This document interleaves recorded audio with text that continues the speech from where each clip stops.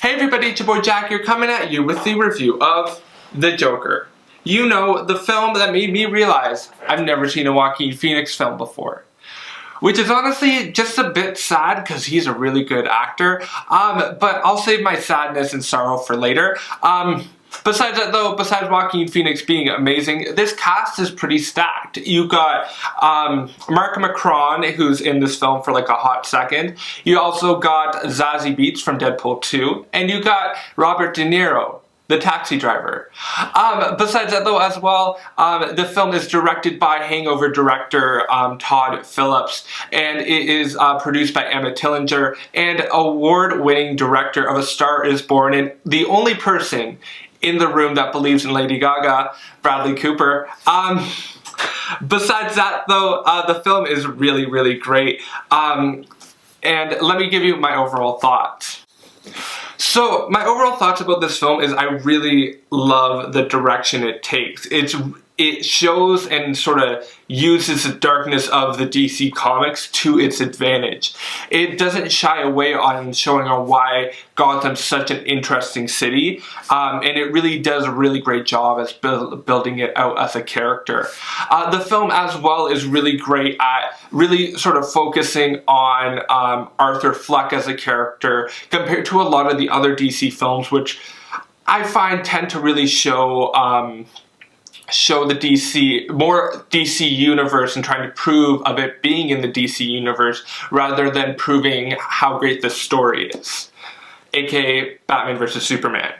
As well as Joaquin Phoenix's performance is really great and well done. You can tell that for him as an actor, he wasn't afraid to dive deep into this character and having a great understanding of what the director wants as a vision for the film, but has a great understanding of the personality behind Arthur Fleck and showing the progression from Arthur Fleck to the Joker. And I think that's what really helps make this film so great, is you don't see a distinctive personality behind him as a celebrity. You see just a person being a person. And I love when actors have such a great ability to sort of disappear in their performances. And I think this is such a great way to sort of show that.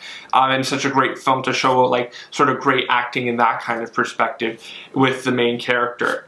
But the only thing I didn't like about the film is the fact that we didn't really get to see a progression visually in the film of his mind being a bit more distorted, or his sort of the psyche of Joker sort of invading his personality, or Arthur's personality, and I wish that we got to see that a bit more. I'll talk about that a bit later in the review, but I sort of wanted to mention it now in my overall thoughts. Moving forward though, let's talk a bit about the critiques. So one of the things I didn't like about the film initially was the fact that a lot of aspects of the film became so disconnected. And initially for me, I became confused on how to interpret this film because there's so many things that felt disconnected. It just felt really weird of what message the director wanted to convey. And then after doing some research, watching a bunch of YouTube videos, all that kind of stuff, the whole point the director wanted to come through with is the fact that although there may be one sort of main storyline of interpretation for the Joker's storyline and everything, it's sort of up to our own interpretation of sort of choosing what kind of journey we want to see. It all sort of pertains back to the story, the line in the Killing Joke comic, which sort of helped inspire this comic, where the Joker says that if he was going to pick a past, he'd want it to be multiple choice. And I like the direction he chose in that sense. And for me, I found like with this movie, like with a lot of these, a lot of like the aspects sort of being disconnected with each other, I really felt that like I found a struggle initially to try to find a way to properly interpret this movie. And one of the biggest examples I'll have with this is with the music in the film.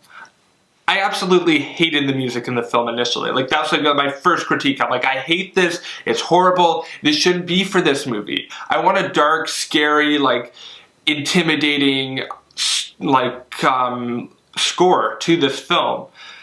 So one of the reasons why the music's so disconnected from the rest of the film is because the director, Todd Phillips, wanted to make sure that every single component to the film, like the cinematography, the set design, and everything, like the costume design, all that kind of stuff, felt disconnected from Arthur as he sort of progressed to the Joker.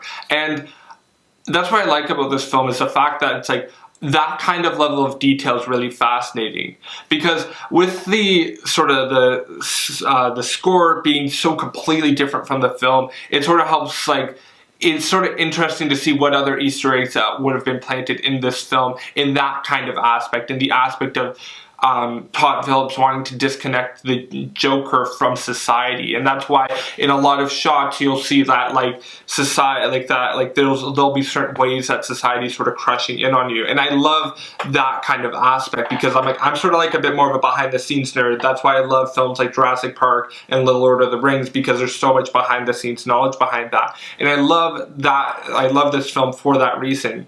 So one thing I didn't like about the film was the fact that we didn't get to see an evolution into the Joker's fabricated storylines. And what I mean when I say fabricated storylines is the storyline with the fabricated relationship with Zazie Beetz' character, aka Sophie Dumont, and as well we don't get to the fabricated storyline of him thinking that he is the father, or he is the son of Thomas Wayne.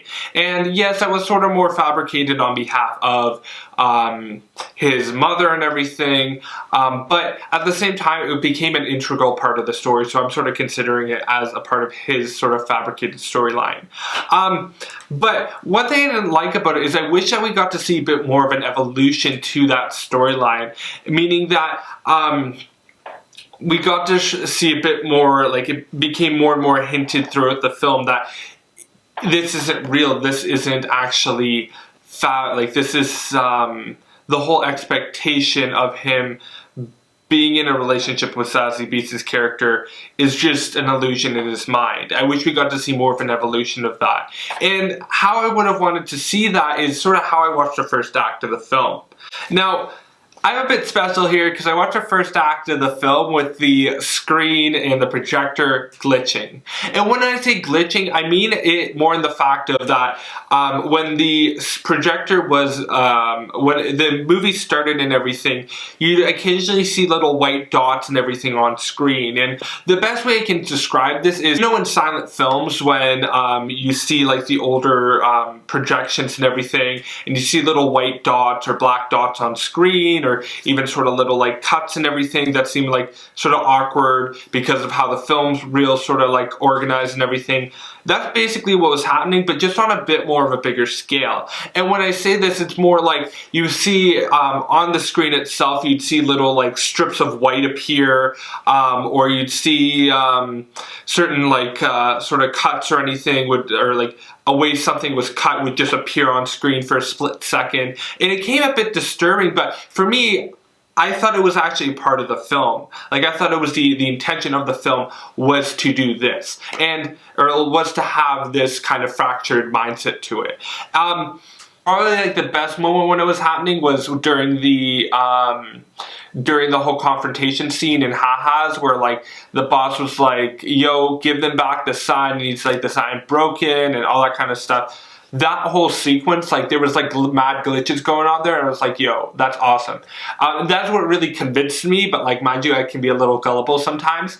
But I would want to see something like that with this film. I really would, because I think it would have made that so much better. That's something I would have loved to see, because with these glitches happening and everything on screen, it would have helped develop and sort of show that these are a fabrication of his mind. And that's that's the part of mental health that is sort of sad, because it's like the whole idea of them like fabrication and everything. But I think it's a big part of the Joker as well, in his mindset of showing that, you know what, he doesn't have a typical mindset compared to a normal human, and showing that kind of aspect there, the delusional kind of aspect. And sort of hinting at that throughout those two fabricated storylines and everything. It would have been really great to see it would really be great to see like the slow but sure like evolution of these little like glitches sort of appearing on screen, showing that and more hinting that this isn't real, or this isn't this is more just a part of his mind trying to keep everything together.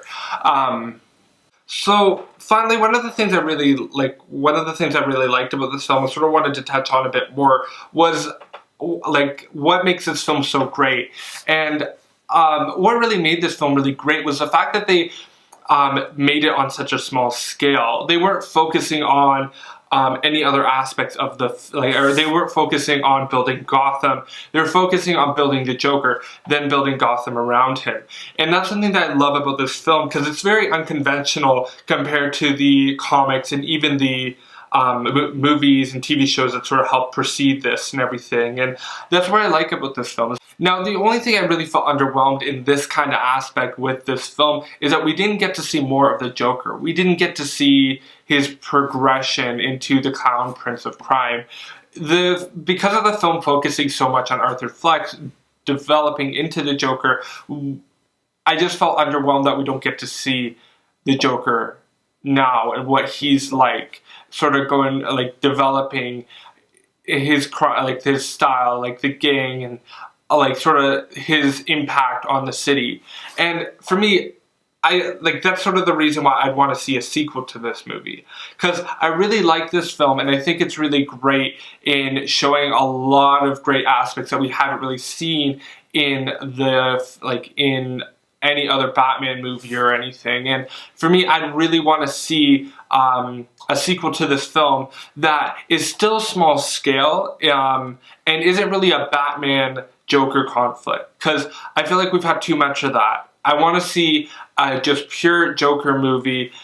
And I think what would really make a really great sequel is sort of making it where it's like, okay, 5 to 10 years later, we see the Joker is sort of has developed a bit more more of a crime boss, or he's become a bit more of a crime boss. He has a gang now, all that kind of stuff, and we get to really see his the impact that he's had on the city, and maybe sort of making the whole film and everything based, like, sort of start off with the attacks on warehouses of Wayne Industries, showing maybe them burning them down or something like that, showing that like he's sort of still obsessed with the Wayne Industries and everything, even though Thomas Wayne is dead, his like father. Having a young James Gordon, who in the Batman Year One comics, he's sort of a young he's young, he's just on the roll, he's just coming into Gotham, all that kind of stuff. And him sort of coming in and starting to investigate this stuff, leading to a confrontation of the Joker, leading to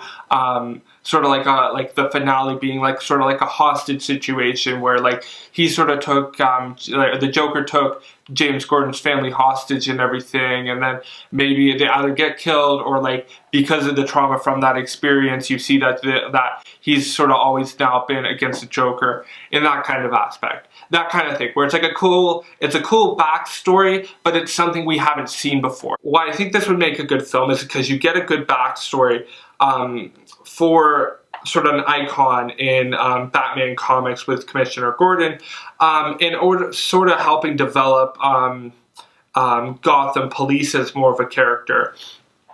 And you also get to see the Joker develop a lot more. You get to see the base that they had with Wayne Industries develop a bit more, and sort of see his pettiness and sort of fractured mind sort of still be obsessive over Wayne Industries and everything. But besides that, though, that's my thoughts about the Joker. I really like it. I think it's a good film. I'm excited. I'm hoping that there is a sequel to this film because I really love to see it. And as always, feel free to check out the end screen for the comic of the month, which is one of the comics I mentioned in this video, Batman Year One by Frank Miller and David Mazzucchelli. It's a really good comic, and if you're interested in some good backstory with Detective James Gordon, or Police Commissioner James Gordon, I'd recommend this comic, as well as sort of good comic showing a bit more of Bruce Wayne's sort of like early life and everything, and like sort of early becoming Batman and everything. I really like it though. Feel free to check it out down below in the description to see why. I'll put the picture at the end screen. And yeah, thanks so much for watching. Let me know your thoughts down below. Bye. Have a good night. Whoosh.